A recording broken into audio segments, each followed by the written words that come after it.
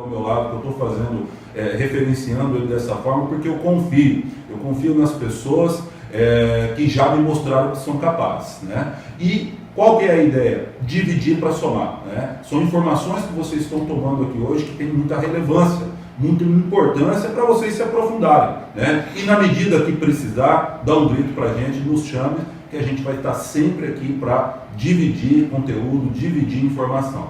Olha, eu vou aqui pegar uma pergunta que nos mandaram. A pergunta é do Telêmaco Júnior. Ele fez essa pergunta hoje às 14 horas e 32 minutos. Wagner, qual seria um cenário ideal e um ruim em uma cidade para se implementar um loteamento?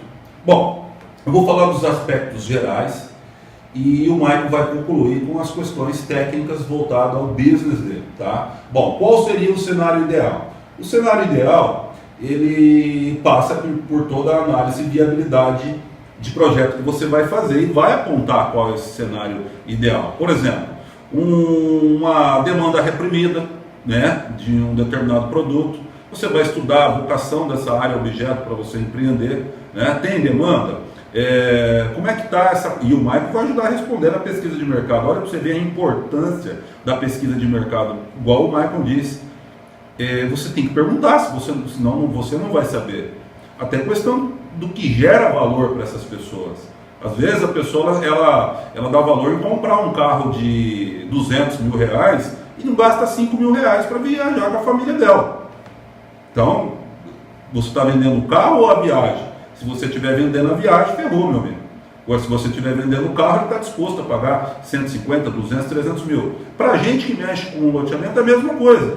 Agora, diga para mim, olha a envergadura, olha a responsabilidade de uma pesquisa de mercado. Aí vai na questão da vocação da área, para que a gente vai empreender, o tipo de projeto, entre outras situações. O cenário ruim é não fazer nada disso. Né? Parece óbvio essa situação, mas é não fazer nada disso, não fazer um levantamento desses dados, coletar, classificar essas informações, né? Para entregar esse diagnóstico. Eu acho que um cenário ruim também, Wagner, pode a situação da cidade estar com um problema de inadimplência, uma cidade estiver com um problema econômico-financeiro, né?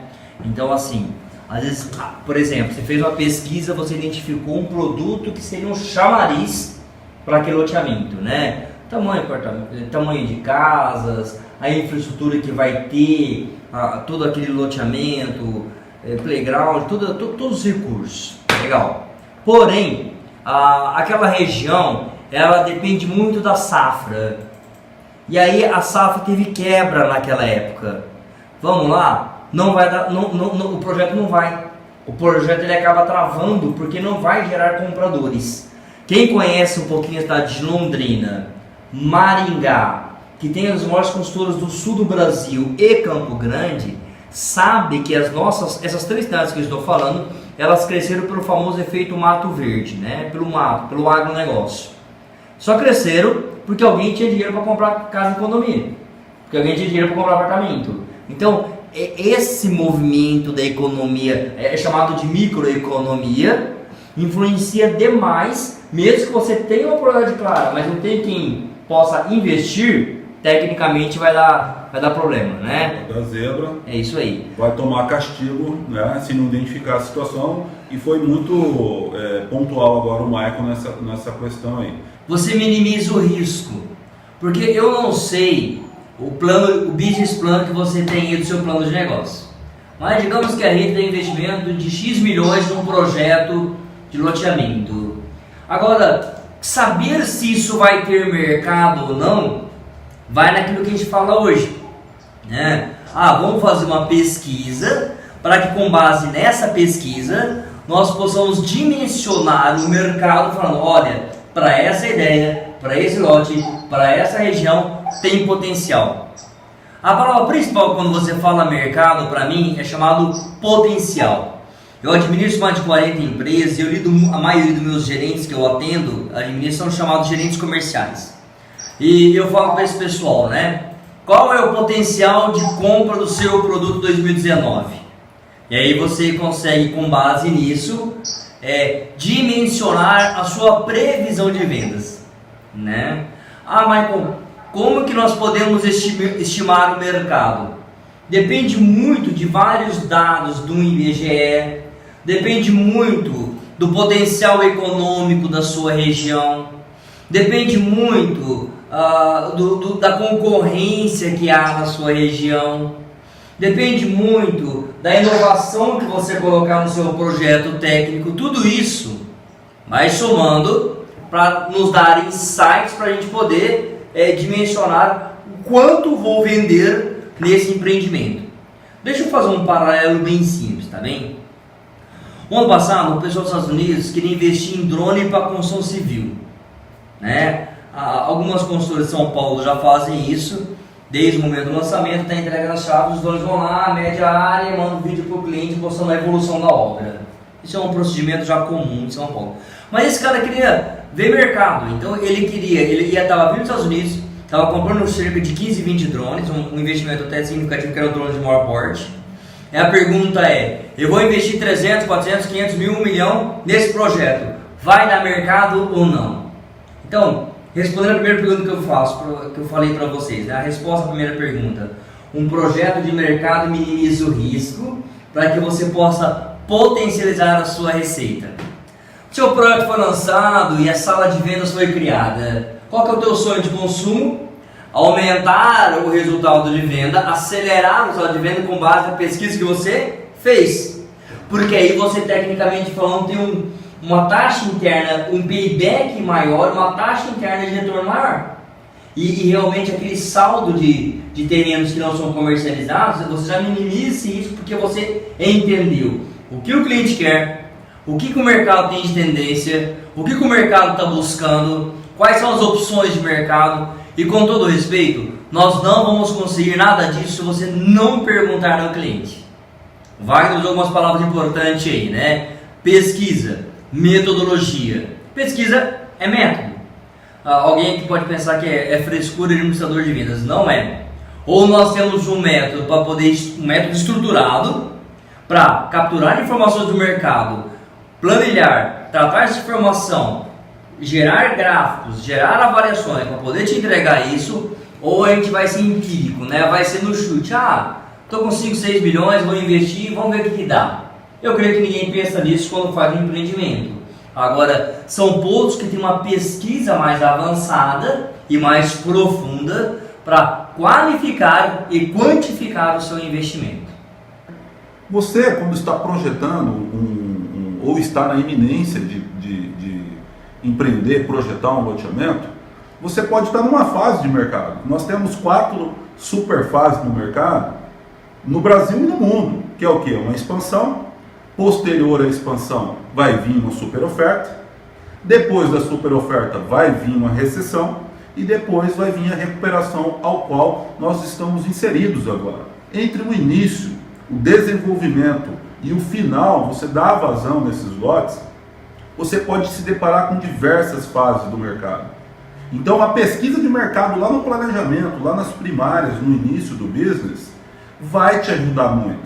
Porque assim, dentro dessa pesquisa de mercado, você pode promover também diferenciais competitivos dentro do business, né? E eu sempre bato nessas questões dos diferenciais competitivos. Por quê? Porque assim, alguns empresários e empreendedores que estão empreendendo ou na iminência de empreender não enxerga isso. Por quê? Porque ele vai compor a infraestrutura mínima que a 6766 prevê. E as leis suplementares do município objeto que você deseja empreender diz o valor percebido do cliente que vai fazer ele tomar a decisão de empreender ou não, de comprar ou não o seu empreendimento. E é aí que você vira o jogo. Exatamente. Porque quando o cara está fazendo um orçamento, ele está fazendo uma pesquisa em 3, 4 lugares. E aí, preço é aquilo que você paga, valor é aquilo que você leva. Eu estou olhando o seu, comparando com outros 3, que infraestrutura esse projeto me entrega. Isso aumenta a geração de receita, isso vai aumentar o seu volume de negócio.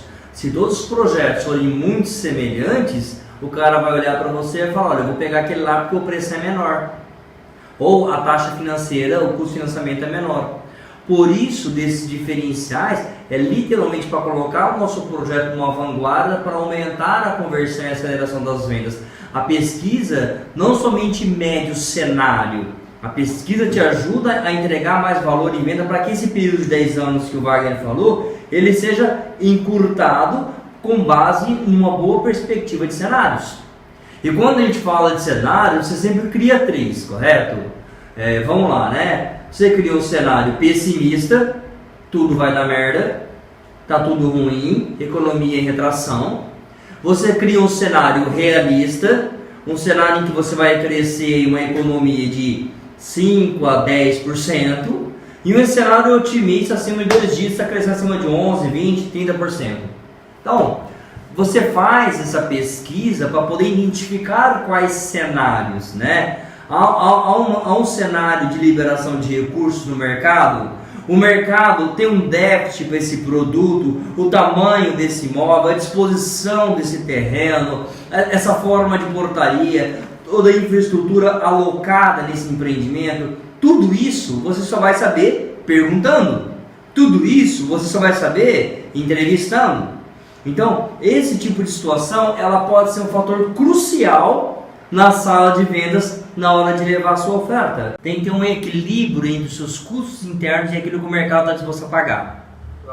Então, está muito ligado à sua eficiência também, né? Tem cara que tem uma estrutura de custos muito boa e o mercado, e a margem dele pode ser muito alta, porque ele tem uma eficiência interna e o preço do mercado, mesmo que ele coloque no preço igual do mercado, ele vai ter uma margem muito maior do que outras. De uma forma técnica é isso. Então a estrutura dele, o custo é 30, a minha é 40, mas o preço é 100. Ele tem 10 pontos percentuais de ganho a mais do que eu, tá? Isso é uma coisa.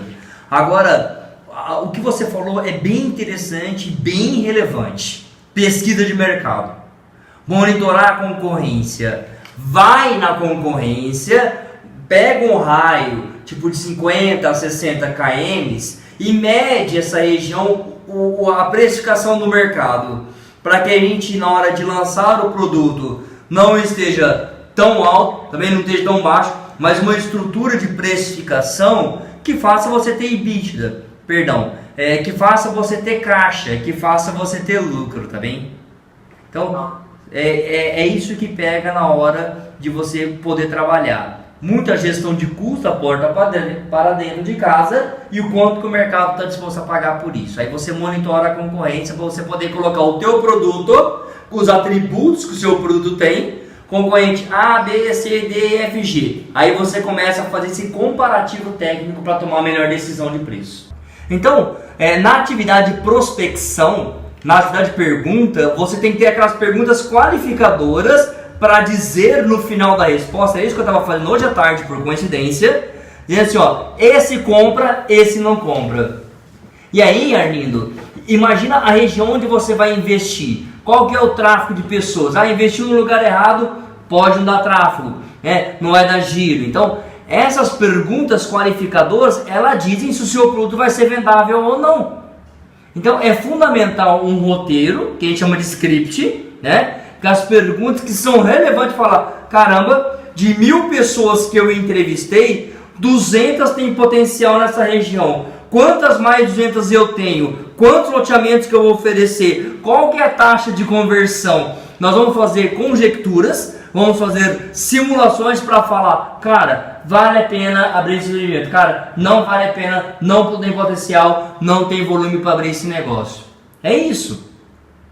Eu posso falar para você mais 50 coisas em relação a isso, mas você vai costurando uma base estatística, você vai confrontando informações e na última linha tem que dizer potencial, taxa de conversão, procura, nível de interesse. Tudo isso soma no recurso, no produto que você está colocando no mercado.